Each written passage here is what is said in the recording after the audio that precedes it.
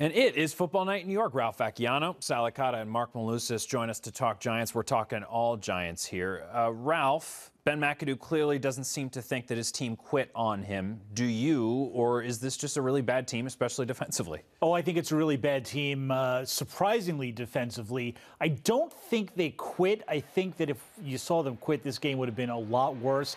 There were signs early that they were playing hard. The offense got a touchdown late in the game. It looked like they were playing hard. There were certainly instances, though, where I think they had a little woe is me. Things are going wrong again. They get a little frustrated, and it can very easily look like they quit. But I don't know that they gave up yet. There's 8 games to go. There's a lot of time for them to still give up. He scored 51 points. I mean, honestly, I saw Eli Apple basically not want to tackle anybody. I mean, Landon Collins looked lost. They can't cover a tight end. There was confusion in the defensive secondary. Dominique Rodgers-Cromartie basically, I think his head is completely someplace else. I mean, I think they did. I mean, honestly, I didn't see really much effort. I didn't see a lot of pushback. And you could talk about defense deficiencies and guys not being healthy and not being a part of this team. You look at that defense, there was just a severe lack of effort and care. And in the second half, they got utterly steamrolled. I mean, you want to look at a coaching staff that's got some vision. Look at Phillips, the defensive coordinator. Look at McVay in his early 30s and what he's doing right now for the Los Angeles Rams. And look at what McAdoo is doing now with the Giants. I mean, he is absolutely completely lost. They are not responding to him. They lost 51-17 at home, and you've got 8 more games of this. If it gets worse, I mean, I want to see the team that puts 70 on them. Yeah, and McAdoo says, well, I wouldn't use the word embarrassing. Well, what word exactly would you use? Because I'm watching that. If I were a part of that, I'd be the first to say, you know what? That was embarrassing. All accounts, that's embarrassing. I do think they quit. I'm sure certain players are out there trying to fight every single down, but it doesn't look like it. You talked about Eli Apple. I mean, what's the guy doing? Doing his best Deion Sanders impersonation as far as a tackler, not a cover corner. He's awful. That Giants team, look, they have enough talent to where, and I don't care who's injured or what the case may be, they have enough talent to where they should not be getting blown out at home.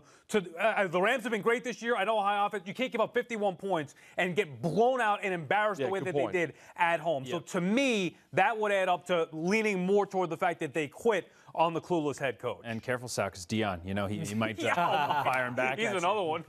So we talk about the Giants' defense, and obviously we've talked plenty, us four have, about McAdoo and about Jerry Reese, but at what point do we start talking about Spagnuolo? Because if the Giants brass is moving forward from those other two, he's certainly grouped in as well. Yeah, I think you have to start talking about him now because a lot of the dysfunction of this team is on the defensive side of the ball. The cornerback room has been just a mess of bad discipline for this entire season. You've seen linebackers having trouble tackling. Even the defensive line isn't what it used to be. A year ago, he was a terrific coordinator, did a great job with a lot of new players, but he has not been able to get the same out of these guys. Landon Collins, a guy who was almost the defensive player of the year last year, has regressed. All that is coming on Steve Spagnuolo's watch. Yeah, I mean, listen, there's a stench from Jersey. It's not just Elizabeth. I mean, honestly, and Spagnuolo and that entire coaching staff, they all deserve blame. I mean, there's not anyone that's not blameless. So you go up and down the line. I mean, honestly, when you look at this team, that game and that performance yesterday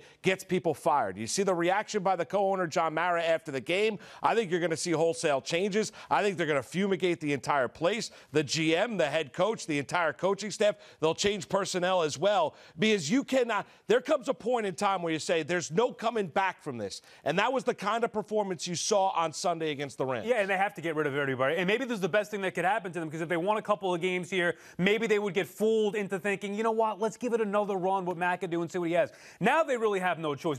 If you had any doubt prior to yesterday, I mean, I think yesterday put the nail in McAdoo's coffin. It's over. I mean, he's finished here. There's no chance he's coming back. Reese will be out as well. Spagnuolo, the one thing I don't understand, everybody was all high on Spagnuolo for what he did here years prior, whatever, you want to get on him. The one thing I don't understand how bad the defense is this year after we saw a year ago. I mean, it's essentially the same players, so he definitely deserves some blame.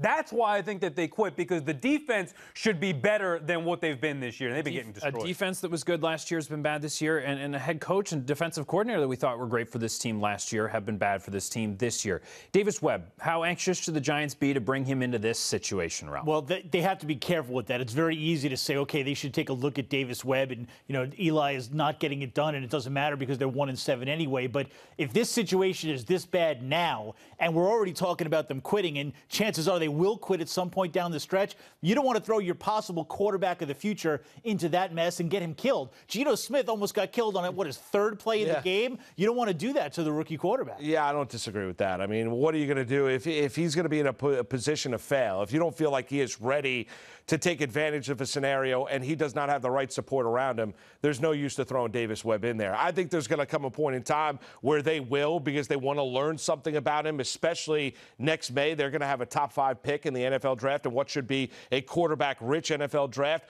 But I don't think that's necessarily the right thing to do. As long as it's not because of loyalty to Eli Manning and trying to, play hard the last few games of the season. Get Eli's record, that's fine. After that, if you think that Davis Webb, you want to get a look at him, you think he'll be safe back there, then I'm fine with that. I don't want to run with Eli just to keep his streak intact because of what he did in the past. But it's important to Eli. Yeah, right. I cannot believe how much longer this season still has left.